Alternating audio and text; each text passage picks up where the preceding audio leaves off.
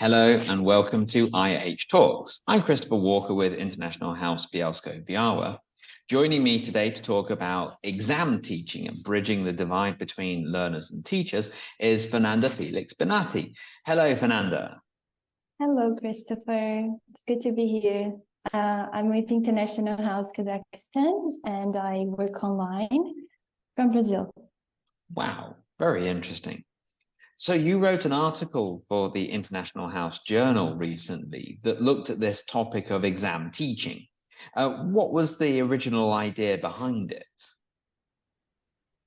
I wanted to reflect on the exam practice because I feel like that can go, I can overlook my own exam practice when I'm teaching exams because it can get really mechanical sometimes. So I think that writing is a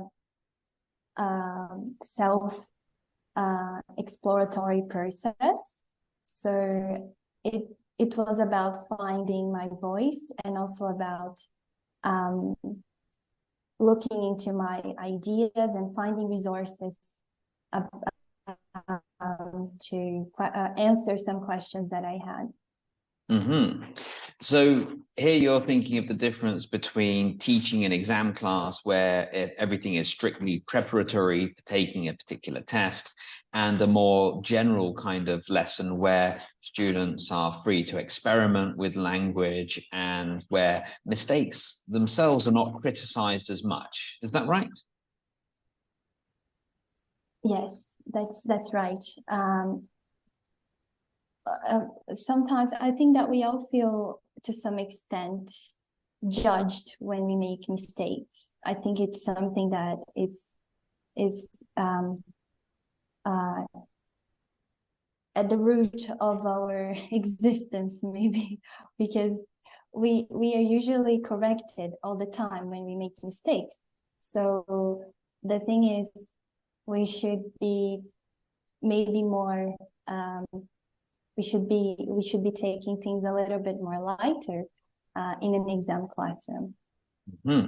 Now, in the article, you draw a distinction between the teacher as an authority figure and being a facilitator. Can you tell us a bit more about that? Yes, so it's a deep question, and I feel that to be a facilitator is not only to be there in the classroom and let students just do whatever they want. To be a facilitator is to help your students tap into their own comprehension about what they're learning. So they should question what they learn and they should comprehend why they are learning that. So that's why I try to talk about their role in real life. What are learners going to do with the knowledge when they leave the classroom? And I feel that many people have asked this question, but we need more people to go into this kind of concept. Why do you think there is such a big difference then in the way that exam classes are taught compared to regular classes? I think that there is a distinction naturally because when we talk about exams, we think about grades and time limit. So there are some constraints that we wouldn't have in a normal lesson, so to speak. So, but the thing is, how we approach those constraints is how students are going to also work and how they're going to approach their own experience of taking the exam. So if we are constantly like nervous about time, then our students will probably feel that they should be nervous, or they will start to feel like they're going to fail if they don't follow certain rules. So that's that's it. So it's not just the stress of preparing for the exam, it's the stress of learning how the exam works and always being worried that you're not doing it the way the teacher wants you to do it, essentially. Yes, that's it. And it comes down to helping learners see that they can do it even without the teacher, that we are facilitators in that sense, that we are there not as a model to be followed, but just as we want to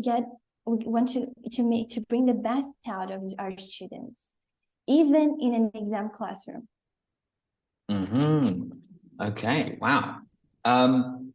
How difficult is it for teachers to get rid of that feeling of being the authority and moving towards being more of a facilitator? That's a good question, and it's one I was reflecting on before we started the meeting, and it's something I'm constantly asking myself, and I feel that all teachers are also asking that.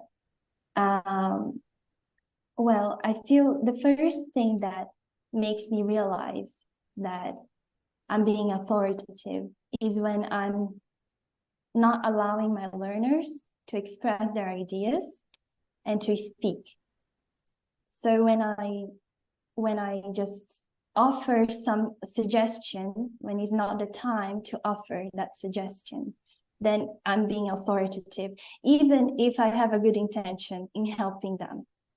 So yes, this is one of the reasons, and there are other reasons that, yeah. Well, that's a good example, certainly.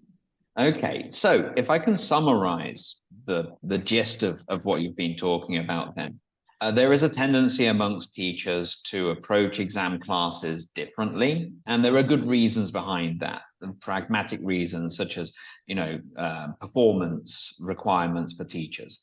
However, there is a danger associated with being too much of an authority figure in the classroom and less of a facilitator. And it is important for teachers to reflect on their approach to teaching exam classes, as with any other class, to make sure that their students still have a voice and that they can learn from their mistakes and that they're free to make those mistakes in the first place. Well, I'm afraid that brings us to the end of this very interesting IH talk. Thank you again, Fernanda, for joining us, and all the best. Thank you. Thanks for having me.